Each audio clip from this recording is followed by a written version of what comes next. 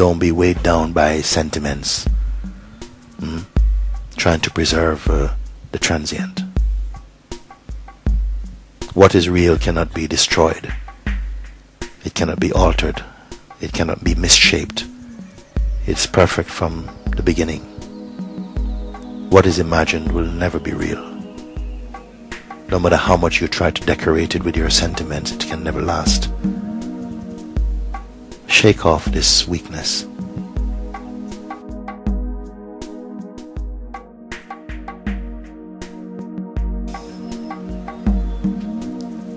What are you afraid to lose? What is precious about it?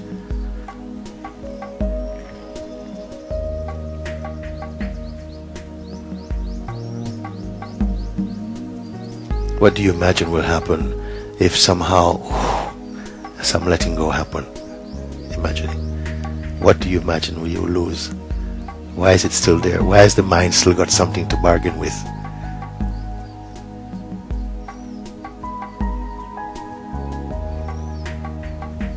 Earthquake is coming. Earthquake is coming. All the people are told, leave your houses now and go up to higher ground now. Leave your houses. Take only the precious things you can. You got 5 minutes. What will you take? Where will you take? A passport maybe? Will you be sitting around thinking about that vase your mother gave you? What you will take? What is precious? What are you salvaging?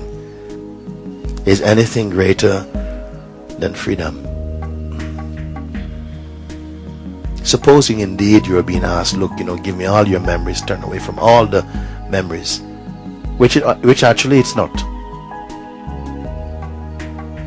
Even your memories belong to the cosmos. You yourself belong to the universal power. All of this is dreamed. This dreamed individuality and its private world, all concoction.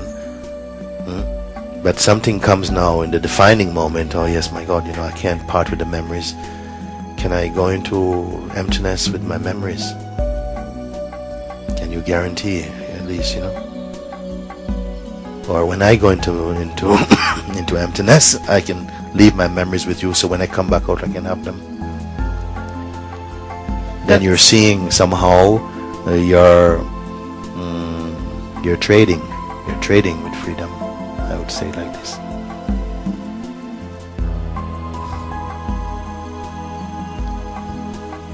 I love going to second-hand flea markets in London. We have a lot of them. I'm sure in other countries they have plenty. We love going there. But sometimes I've gone and I've looked and I've seen it's a rainy day in London, and I've seen somebody's photo album. People are walking on it in the rain. Lovely smiles, family. Beautifully put in place. Someone's wedding ring. All these things of no value to someone else. Passed on. People bargaining over your grandmother's ring. I give it £2 now. It's too expensive. $1.50. For that, forget about it. Where's your sentiment?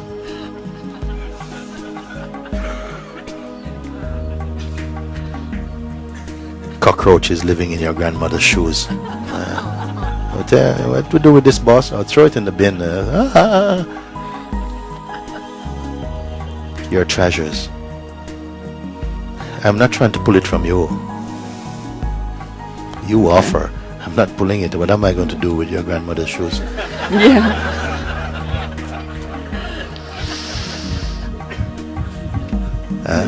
Just you are taking a look yourself and you see that it's all a trick. It's nothing at all. It's nothing at all. What have you lost?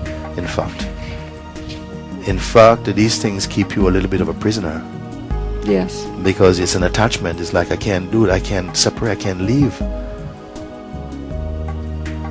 There are some people, they're working so hard, and now it's time to go on holiday. The one holiday, 2 weeks, the family together. But they can't go because they'll miss an episode of EastEnders.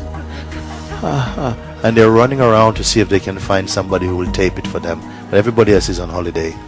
And they're completely in a mess. Can you imagine? And this is how we can be reduced to this.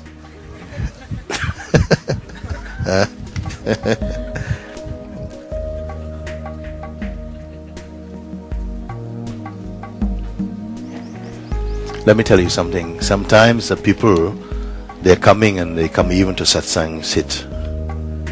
And I see that when they speak, you have no power. So you have no power, even here, where you're invited to put forward your most pressing concerns, your most intimate struggles, in order to transcend them, to go over them. And still I see you lost power, you have no power. It's like you're speaking many things. No power. And I pondered over it, how it can be like this.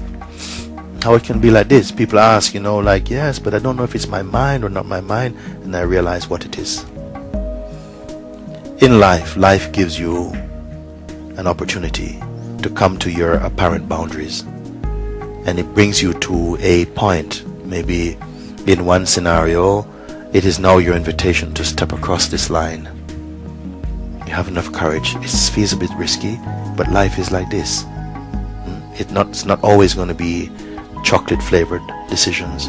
Sometimes you're at the edge. Now it's time to cross this, and you don't do it. You shrink back. You think you've got away with shrinking back. To hold on to what you consider to be precious, which is drowning you, is suffocating your being, and the opportunity is given and you step back, and you keep stepping back, and you lose power, and your conversations is just swimming around in stagnation. You will lose power, because when you're pushed, pulled, called, invited to step forward, you're shrinking away, and every single being is invited into this to advance your being, so to speak. Let's use this word for now. And we pull back because you want to save what you consider to be precious, which is just imagined.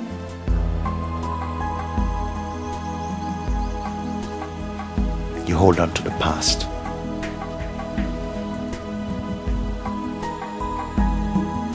And like this, you're like on a life support machine. You have no power. When you think it has no power, because it could have been already conquered ground, you're still there. Opportunities will come for you. You are incredible being. You must sense when your moment is now. Now is your moment to step, take the risk, go. Because the fear is greater than the actuality. Step. When life puts a finger behind you and says, come, go. Don't keep shrinking back. Because what you'll try and save will be worthless to you. And you could have a world full of so many things you consider to be precious, but they're worthless. In the end, they're worthless. You are to find that which you cannot lose, that will remove all your fear about death, fear about life, fear about anxiety, fear of other. All of this will be washed away. This is the kindness, this is really the compassion of existence. It invites you to this. Take courage. Otherwise, your mind will blackmail you. There will always be some excuse why you cannot step forward. Step forward. Be bold. All this existence is appearing in you. A mighty being dwells within this form. But if you don't take your chance, you will feel as though you are deformed, reduced merely to a beggar's role. A mighty being is there.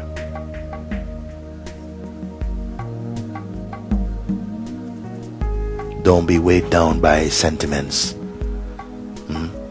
trying to preserve the transient. What is real cannot be destroyed. It cannot be altered. It cannot be misshaped. It's perfect from the beginning.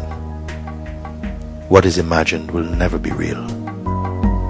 No matter how much you try to decorate it with your sentiments, it can never last. Shake off this weakness.